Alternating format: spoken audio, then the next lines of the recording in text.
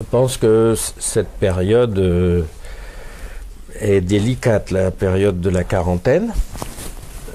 La vie est faite de cycles, donc on sait biologiquement, psychologiquement qu'il y a des cycles, etc.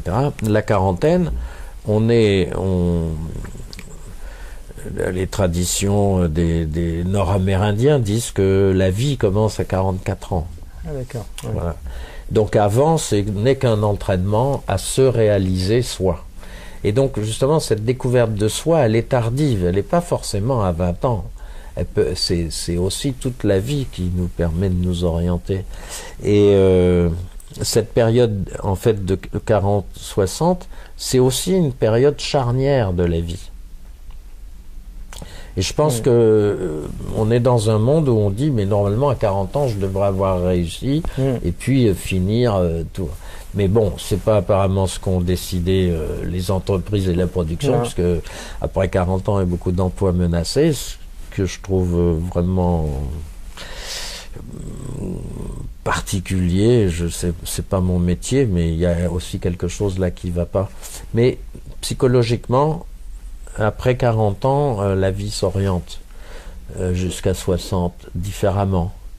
Alors, je pense que c'est une période où on peut en profiter pour ne pas se regarder, c'est-à-dire passer à côté de soi, ou au contraire, en profiter pour se regarder, puis c'est pas toujours facile.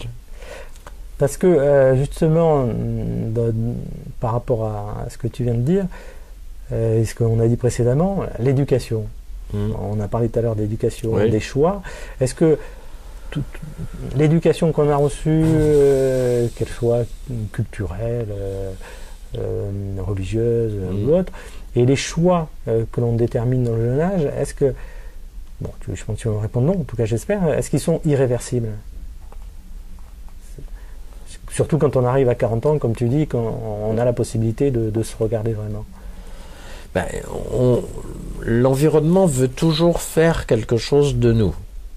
D'accord. Donc nos choix ne sont pas parfois des choix.